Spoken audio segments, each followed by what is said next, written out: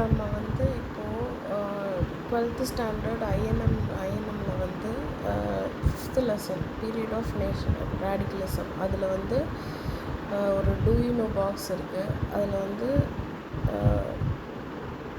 JN tata அவங்கள பற்றி information கொடுத்துருக்காங்க. அதை பற்றி தான் பார்க்க போகிறோம்.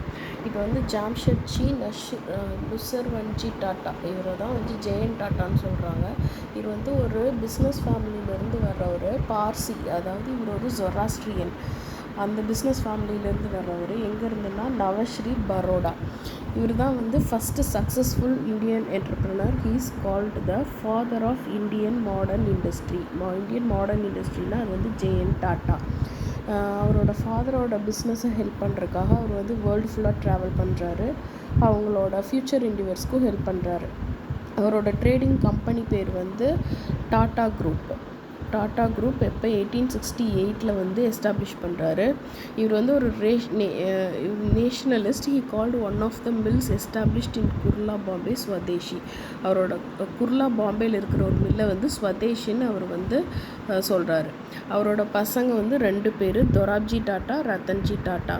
அதில் வந்து தொராப்ஜி டாட்டா தான் வந்து அவரோட ட்ரீமை ஃபாலோ பண்ணி அயர்ன் அண்ட் ஸ்டீல் கம்பெனி வந்து 1907 எஸ்டாப்ளிஷ் பண்ணுறாரு. யார்? தொராப்ஜி டாட்டா. அவர் வந்து 2 வருஷம் யூஎஸில் லேர்ன் பண்ணிவிட்டு யார்கிட்ட? அமெரிக்கன் டாப் அயர்ன் இண்டஸ்ட்ரியலிஸ்ட்கிட்ட லேர்ன் பண்ணிட்டு வந்து இங்கே அயர்ன் அண்ட் ஸ்டீல் இண்டஸ்ட்ரி வைக்கிறாரு 1907. அதே மாதிரி அவரோட இன்னொரு ட்ரீம் என்னென்னா ஹைட்ரோ எலக்ட்ரிக் கம்பெனி வந்து வைக்கணும்னு. அதை வந்து அவரோட லைஃப் டைமில் மெட்டீரியலைஸ் பண்ணலை. இருந்தாலும் கூட first major hydro electric project Tata hydro electric company அது வந்து 1910 செட்டப் பண்ணார். அப்புறம் Indian Institute of Science Bangalore வந்து டாட்டாஸ் தான் வந்து ஃபவுண்ட் பண்ணாங்க. அவங்க தான் வந்து ஃபவுண்டர்.